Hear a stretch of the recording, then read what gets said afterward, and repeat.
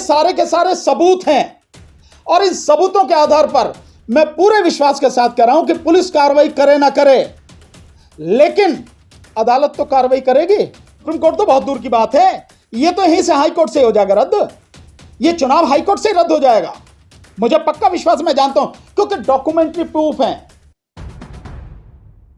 मीरापुर विधानसभा में 34 लोगों ने नॉमिनेशन किया, नामांकन किया। उन 34 में से 22 लोगों के नामांकन खारिज कर दिए गए या वापस ले लिए गए। 22 लोगों के, 12 लोग मैदान में हैं। मेरे साथ में देखेंगे आप, मेरे साथ में है संजीव कुमार जी, आप मुजफ्फरनगर से हैं, आप भी उसमें नॉमिनेशन करने वालों में से थे। जो 16 मीरापुर विधानसभा है बाई इलेक्शन में, संजीव कुमार जी भी निर्दलीय कैंडिडेट के रूप में नॉमिनेशन करने वालों में से थे। इन्होंने नॉमिनेशन किया और बाद में इनका नॉमिनेशन कैंसिल कर दिया गया। इनके नॉमिनेशन कैंसिल करने का जो कारण पूछा गया, अभी तक रिटर्निंग ऑफिसर ने, एसडीएम में कारण नहीं बताया कि हमारा नॉमिनेशन आपने क्यों कैंसिल किया है, कारण क्या है। और जो कारण बता रहे हैं वो इतना हास्यास्पद है कि आप सुनकर हैरान हो जाएंगे कि इस लेवल पे बैठे हुए रिटर्निंग ऑफिसर अधिकारी इस तरह की जो है बदमाशियां करते हैं। ये जब इन्होंने नॉमिनेशन किया तो नॉमिनेशन करने के बाद वो एक चेकलिस्ट देते हैं, ये आप देखेंगे, ये पूरा ये आदेश है चेकलिस्ट के बाद चेक करने का, और इसमें वो ये दिखाते हैं कि क्या क्या चीजें हैं और क्या चीजें नहीं हैं, और इसके लिए वो समय देते हैं कि भाई इस तारीख तक, इस समय तक आप अपना ये चीजें क्लियर करके दे दीजिए आप। तो इसमें जो इन्होंने ये प्रारूप 26 में शपथ पत्र में जो दिया जाता है, उसमें यहां लिखा हुआ है, उन्होंने ग पे कॉलम नंबर ग सी कह सकते हैं अंग्रेजी में, इस पे लिखा हुआ है और इन्होंने कहा है कि भाग के का 4 सब क्लॉज 1 ये आपका, और भाग 8 ये निर्दोषों के अनुसार नहीं है, नहीं भरा गया, ये लिखा गया। सिर्फ ये कारण है, भाग का 4(1) भाग 8 भाग का निर्देशों के अनुसार नहीं भरा गया है, ये इनका कारण है। और इसके लिए इन्हें कहा कि आप दूसरा अपना एफिडेविट दे दीजिए। इसमें आप नीचे देखेंगे कि यहां समय दिया जाना चाहिए था, इन्होंने इसका समय नहीं दिया। 25 तारीख का नॉमिनेशन था, तो इसमें समय देना चाहिए था कि आपको कब तक देना है, वो इन्होंने नहीं दिया। इलेक्शन कमीशन, रिटर्निंग ऑफिसर ने नहीं दिया। लेकिन सभी लोगों से कहा, जिन जिन के भी हैं दो, तो उसमें आजाद समाज पार्टी काशीराम उनके कैंडिडेट ने और राष्ट्रीय लोकदल उनके कैंडिडेट ने, इन्होंने भी 28 तारीख से दोबारा से अपने एफिडेविट दिए। ये एफिडेविट हैं, जैसे आप देखेंगे ये जाहिद हुसैन है, ये जाहिद हुसैन जो है ये आजाद समाज पार्टी काशीराम, ये उनकी पार्टी का है, ये उनकी पार्टी के कैंडिडेट है। ये उन्होंने दिया भर के, एक नहीं 2 दिए उन्होंने, ये 2 एफिडेविट उन्होंने भर के दिए। ठीक है, ठीक इसी तरह से ये एफिडेविट आप देखेंगे, ये मिथिलेश पाल जी हैं, मैडम मिथिलेश पाल हैं, उन्होंने भी ये 2 एफिडेविट भर के दिए। ठीक है, ये एफिडेविट उन्होंने भर के दिए और ये 28 तारीख को दिए, क्योंकि करेक्शन था तो इन्होंने भी कहा कि भर के दे दो, तो दोनों के सबके 28 तारीख को इन्होंने भर के दे दिए। और ये एफिडेविट ये संजीव जी का है, जो आपके सामने बैठे हैं संजीव जी, उन्होंने ये एफिडेविट दिया। अब इनके उसमें जो ऑब्जेक्शन लगाया, ऑब्जेक्शन जैसे मैंने आपको अभी बताया कि 4 भाग सब भाग 1 उसका जो है ऑब्जेक्शन उन्होंने लगाया, वो हमें देना था भाग के 4(1। तो इसमें भाग के 4(1 क्या है आप देखेंगे, ये आप देख रहे हैं, ये भाग 4 यानी पैरा 4 होना, तो पैरा होना चाहिए, लेकिन वो भाग 4, जितनी अकल है उतनी काम करते हैं। तो ये पैरा 4, इसमें ये वाली चीज जो इनका पहला एफिडेविट था, उसमें केवल ये जो हम नीचे नाम देख रहे हैं ना, संजीव कुमार, और यहां पे जो है 0 0, बस ये खाली था, सिर्फ इतना खाली था, इसी के लिए ऑब्जेक्शन लगाया और उन्होंने कहा कि आप इसे भर के दो। भाग 8 ये जो था उन्होंने, ये भाग 8, ये देखिए, ये भाग 8, ये वाला जो है, इस पे ऑब्जेक्शन लगाए, जैसे मैंने आपको अभी पढ़ के सुनाया, इन दोनों पे ऑब्जेक्शन लगाए और मांगा कि आप भर के दे दीजिए, दूसरा एफिडेविट दे दीजिए। इन्होंने दे दिया 28 तारीख को। अब क्या हुआ, इनके जो एफिडेविट हैं सारा भर के दे दिया, इसी तरह से औरों ने दिए, इनका कैंसिल कर दिया गया नॉमिनेशन और उन दोनों के एक्सेप्ट कर लिए गए, जबकि उन दोनों के एफिडेविट में भी बिल्कुल वही चीजें हैं, मैं आपको दिखाऊंगा कि जो इनके एफिडेविट में है। दूसरा, जब आपने मुझे जो ऑब्जेक्शन दिए थे, इसका मतलब मैं ये मान के चलता हूं ना, और है भी यही, कि जो ऑब्जेक्शन दिए मुझे केवल वो रिमूव करने हैं, बाकी मेरा फॉर्म बिल्कुल ठीक है, मैंने वो रिमूव कर दिए। आपने जो मेरा कैंसिल किया, आप उसको लेकर कैंसिल नहीं कर रहे, आप दूसरे जो पैरा है उसको लेकर मेरा कैंसिल कर रहे हैं। आपका था 4 का और आप कैंसिल किस पे कर रहे हैं, कैंसिल कर रहे हैं 5, भाग 5 पे। भाग 5 क्या है, ये भी आप लोग देख लीजिए, ये है भाग 5, जिसमें यह है कि आपका कोई आपराधिक रिकॉर्ड तो नहीं है, किसी में सजा तो याफ्ता नहीं है, आप कोई मुकदमा तो नहीं चल रहा है, ये है। ये अगर ये मेरा गड़बड़ था तो आपने जो ये चेकलिस्ट मुझे दी है, इस चेकलिस्ट में आप मुझे ये लिख के देते ना, ये आपका गलत है, ये आपने भरा नहीं है या गलत भरा है। आपने ये नहीं दिया, मुझे कुछ पता है नहीं, और आपने जो ऑब्जेक्शन लगाए थे वो ऑब्जेक्शन मैंने रिमूव कर दिए, लेकिन मेरा जो आपने कैंसिल किया वो बिल्कुल अलग कारण से किया। अब इसको देख लेते हैं, जो ये 5 है, अब मैं आपको मिथिलेश जी का भी दिखाता हूं कि 5 उनका कैसा भरा हुआ है, और मैं अपना भी दिखाता हूं कि मेरा कैसा भरा हुआ है। ये देखें, ये मिथिलेश जी का है, और ये आपका जो जाहिद हैं समाजवादी पार्टी के, मैं उनका भी दिखाता हूं, आप उसके आजाद समाज पार्टी के, उनका भी ये देखें, ये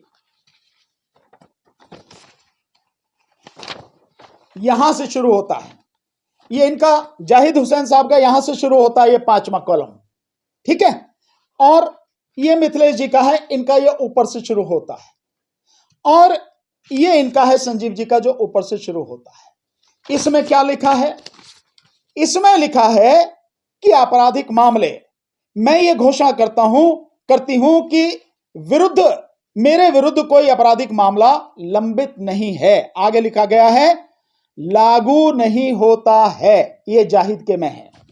अब इनके में, इसमें लिखा हुआ है लंबित आपराधिक मामले मैं ये घोषणा करता हूं कि मेरे विरुद्ध कोई आपराधिक मामला लंबित नहीं है, इसमें भी लिखा हुआ है लागू नहीं होता है।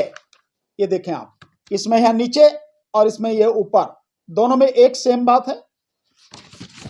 ठीक इसी तरह से अब इनका देख लें, मैं ये घोषणा करता हूं या करती हूं कि मेरे विरुद्ध कोई आपराधिक मामला लंबित नहीं है, इनका ये खाली है।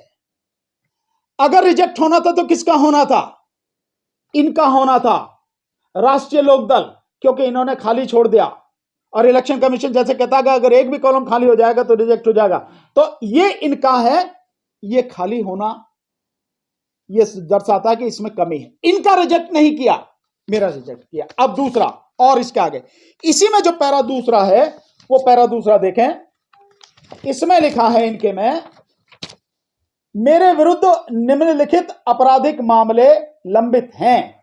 ये इन्होंने, जाहिद ने ये अपनी लिस्ट दे दी कि ये मामले मेरे खिलाफ हैं, और यहां इस कॉलम में आगे कुछ नहीं लिखा है। ठीक, अब इसमें आप इनका देखिए, मैडम का, ये उनका है मैडम का, मिथिलेश जी का, इसमें ये जो है कि मेरे विरुद्ध निम्नलिखित आपराधिक मामले लंबित हैं, मजेदार बात, राइट का निशान लगा रखा है और उसके आगे लिखा हुआ है लागू नहीं होता है।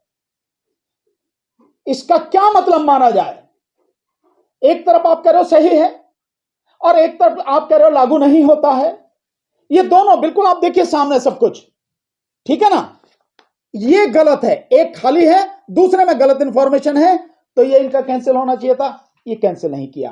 ठीक, अब आप मेरे में देख लीजिए। मेरे में जैसे मैंने आपको बताया, यही है ना मेरा, हां जी, मेरे में पहले वाले में क्या है, मैं यह घोषणा करता हूं कि मेरे विरुद्ध कोई आपराधिक मामला लंबित नहीं है, लिख दिया मैंने, आगे लागू नहीं होता है। ठीक है, इन्होंने भी लिखा लागू नहीं होता है, इन्होंने कुछ नहीं लिखा, खाली है।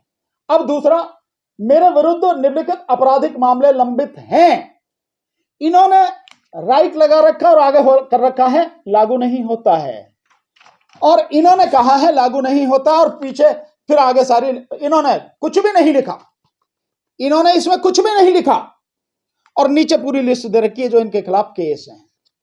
कैंसिल किसके होने चाहिए थे, और मैंने बाकायदा लिखा हूं कि मेरे खिलाफ कुछ भी नहीं है, लागू नहीं होता, और मैंने सारा दे दिया, कुछ नहीं है मेरे खिलाफ, सब कुछ।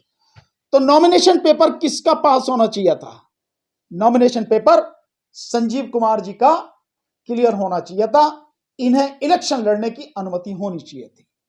लेकिन जो रिटर्निंग ऑफिसर है, जो एसडीएम है, उस एसडीएम ने इनका कैंसिल करके जो बाकी लोग हैं, कौन लोग हैं इनमें, ये राष्ट्रीय लोकदल के लोग कौन हैं, इनका गठबंधन बीजेपी के साथ में है, तो सरकार के आदमी हैं, इन्होंने उनका क्लियर कर दिया। और दूसरा आजाद समाज पार्टी, आजाद समाज पार्टी, उनका भी गलत भरा हुआ है, उनको भी इन्होंने जो है उनका वो फॉर्म जो है क्लियर कर दिया। कैसे कर दिया आपने? और दूसरा, आप मेरा जो बिल्कुल भरे हुए हैं जिसी तरह से, जो कमिटी मैंने पूरी कर दी, और उसके बाद में जो आप नहीं कह रहे हैं वो बिल्कुल वैसा ही है जैसा औरों का है, अगर उनका क्लियर कर दिया तो मेरा आपने क्लियर क्यों नहीं किया, मेरा नॉमिनेशन आपने रद्द कर दिया। इस बात को लेकर बाकायदा एसडीएम से बात कही गई, उसने नहीं मानी, नहीं सुनी। उसके बाद में हम लोगों ने ये प्रभारी निरीक्षक थाना सिविल लाइन जनपद मुजफ्फरनगर, उनको ये बाकायदा एक कंप्लेंट दी, और ये सब कुछ बताया हमने, और ये कंप्लेंट देने के बाद में हमने कहा कि इनके खिलाफ रिपोर्ट लिखी जाए और कानूनी कार्रवाई की जाए, भारतीय न्याय संहिता और अन्य जो प्रावधान है उसके अंतर्गत, SC ST एक्ट के अंतर्गत। एक और बड़ी मजेदार बात है, क्योंकि संजीव कुमार जी हैं SC शेड्यूल कास्ट, और क्योंकि वो सीट है जनरल, तो क्या मानसिकता ये रही है कि जनरल सीट पे शेड्यूल कास्ट को नहीं लड़ने देंगे, तो और भी कुछ नहीं तो पहले ही इसका कैंसिल करो, खत्म कहानी? क्या ये मानसिकता है? या ये मानसिकता है कि भाई जो गवर्नमेंट के लोग हैं, जो गवर्नमेंट के साथ है, उनका तो क्लियर कर दो, बाकी को सबको हटाओ रास्ते से? क्या ये मतलब है? और क्या ये इलेक्शन कमीशन का काम है? और इलेक्शन कमीशन के पास में जैसे ही नॉमिनेशन भरा जाता, पेपर उनके पास जाते हैं, तुरंत स्कैन होकर ये इलेक्शन कमीशन की वेबसाइट पर चले जाते हैं, इलेक्शन कमीशन के पास चले जाते हैं। तो ये जिम्मेदारी इलेक्शन कमीशन, जो इलेक्शन कमीशन राजीव कुमार, ये उसकी जिम्मेदारी है कि देखे किसी का गलत तरीके से नॉमिनेशन कैंसिल तो नहीं किया गया है, या किसी गलत व्यक्ति का नॉमिनेशन तो क्लियर नहीं किया गया है। ये उसकी जिम्मेदारी केवल रिटर्निंग ऑफिसर की नहीं है, और केवल रिटर्निंग ऑफिसर नहीं, वहां जो ऑब्जर्वर है, जिसमें सारे कैमरा वगैरह सब लगे तो हो, सबकी फोटोग्राफी होती है, उन सबकी मौजूदगी में होता है, ये उस ऑब्जर्वर की भी जिम्मेदारी थी कि वो ऑब्जर्वर इस बात को देखे कि ये जो सब कुछ हो रहा है ये सही हो रहा है या गलत हो रहा है। जो ऑब्जर्वर है निर्वाचन आयोग का, उसके खिलाफ, जो राजीव कुमार है मुख्य निर्वाचन आयुक्त, उसके खिलाफ, दो और लोग हैं वहां पे, और ये सुबोध कुमार, मैं नाम लेके कह रहा हूं, सुबोध कुमार, ये सुबोध कुमार वहां पे एसडीएम है, जो रिटर्निंग ऑफिसर है, जानसठ का एसडीएम है मुजफ्फरनगर। इनके खिलाफ बाकायदा हमने ये कंप्लेंट दी है, लेकिन सरकार उनकी है तो कंप्लेंट कहां से दी जाएगी, सुनी जाएगी हमारी? अभी तक एफआईआर नहीं हुई है, लेकिन ये सब कुछ कानूनी मामला है, ये सब कुछ लिखित में है, कागजों पे है, इसी के लिए किसी मौखिक बात की जरूरत नहीं है। ये सारे के सारे सबूत हैं, और इन सबूतों के आधार पर मैं पूरे विश्वास के साथ कह रहा हूं कि पुलिस कार्रवाई करे ना करे, लेकिन अदालत तो कार्रवाई करेगी। जैसा अभी आपने देखा सुप्रीम कोर्ट ने बुलडोजर पर किस तरह से फैसला दिया है, तो अदालत तो कार्रवाई करेगी। और मैं दावे के साथ कह रहा हूं, ये जो दो लोग हैं, दोनों के दोनों, ये मिथिलेश कुमारी पाल जो है, मिथिलेश पाल, इसका, और ये आजाद समाज पार्टी का जो है, यानी राष्ट्रीय लोकदल की जो मिथिलेश पाल है, और आजाद समाज पार्टी का जो जाहिद है, इन दोनों के नॉमिनेशन तो कैंसिल होंगे ही होंगे, इसमें तो मुझे कोई शक ही नहीं। अदालत से इनका तो होना ही होना ये कैंसिल। जो भी इनको वोट भी देगा तो वो वोट भी बेकार ही जानी है, तो इनके तो कैंसिल होने ही होने हैं। लेकिन ये जो अधिकारी हैं, एसडीएम हैं, ये जो ऑब्जर्वर हैं, ये भी बचेंगे नहीं। नौकरी इस आरओ की, रिटर्निंग ऑफिसर जो है, एसडीएम जो है सुबोध कुमार, इसकी जानी है, जो ऑब्जर्वर है इसकी जानी है। नौकरी इनकी भी बचेगी नहीं, हम छोड़ेंगे नहीं आखिरी दम तक, सुप्रीम कोर्ट तक इन्हें छोड़ेंगे नहीं। सुप्रीम कोर्ट से क्या लगता है सर कि इस सीट पे चुनाव भी रद्द हो जाएगा अगर जो है बाद में सुनवाई होती है? मैं विश्वास के साथ कहता हूं कि प्रभात जी, सुप्रीम कोर्ट तो बहुत दूर की बात है, ये तो यहीं से हाई कोर्ट से हो जाएगा रद्द। ये चुनाव हाई कोर्ट से रद्द हो जाएगा, मुझे पक्का विश्वास, मैं जानता हूं, क्योंकि डॉक्यूमेंट्री प्रूफ है। आप जवाब दो ना इसका, आप हमें जवाब नहीं दे रहे, क्यों किया? आप किसी का नॉमिनेशन कैंसिल करेंगे तो उसे नोटिस देंगे आप, लेकिन आपने नोटिस नहीं दिया और आप कैंसिल करने जा रहे हैं, ऐसे कैसे कर देंगे आप? और नहीं, ये देखो मैं आपको दिखाता हूं, और भी देखिए मजेदार बात, आप कैसे नहीं, हवा में बात नहीं कर रहे हैं, कानून के व्यक्ति हैं तो कानून की बात करेंगे। निर्वाचन विधि निर्देशिका, ये तो इलेक्शन कमीशन की है, ये किताब इलेक्शन कमीशन की छापी हुई है, ये मेरी नहीं है। और इस इलेक्शन कमीशन की किताब में page number 144 SC ST act जो है, वो एससी एसटी एक्ट पूरा इसमें छापा हुआ इलेक्शन कमीशन ने, वो मैं नहीं कह रहा, इलेक्शन कमीशन ने छापा है। और इलेक्शन कमीशन ये कहता है इस कानून में कि एससी और एसटी के व्यक्ति को न केवल ऐसा नहीं कि वोट देने से रोक देंगे, ना तो वोट देने से रोका जाएगा, ना ही उसे इलेक्शन लड़ने से रोका जाएगा। ये इसी में दे रखा है, ये इलेक्शन कमीशन का है, ये मेरा नहीं है। तो इलेक्शन कमीशन अपने ही बनाए हुए कानून, अपनी ही किताब के अनुसार नहीं चलेगा, उसके आगे चलेगा तो कैसे इलेक्शन कमीशन को बख्श देंगे? यद्यपि हम जानते हैं, बहुत अच्छी तरह से जानते हैं कि और मोदी सरकार की गुलामी में वो संविधान को कुचलने पर लगा हुआ है, तुला हुआ है। लगातार दोनों चुनाव, जो लोकसभा का चुनाव हुआ उसमें भी किस कदर बेईमानी हुई, लगभग 5 करोड़ वोटें बढ़ाई गई और 79 सीटें बीजेपी को जिताई गई। ठीक इसी तरह से जो अभी चुनाव हुआ है आपका हरियाणा का, उस हरियाणा के चुनाव में भी लगभग 14 लाख वोटें बढ़ाई गई और 15 सीटों पर बीजेपी को जिताया गया, सबके सामने है। जहां जो बैटरी है वो बैटरी 99% आ रही। कैसे 99%? अरे आप अपना मोबाइल या कोई भी चीज चार्ज करोगे, सुबह से शाम तक चलेगा, 11 घंटे का पोलिंग होता है, 11 घंटे कोई चीज चलेगी तो 1% डाउन होगी उसकी, और बाकी में जो है मतलब 30-40% जो बैटरी खत्म हो रही है। तो कैसे हो रही है? सबके सामने बेईमानी है।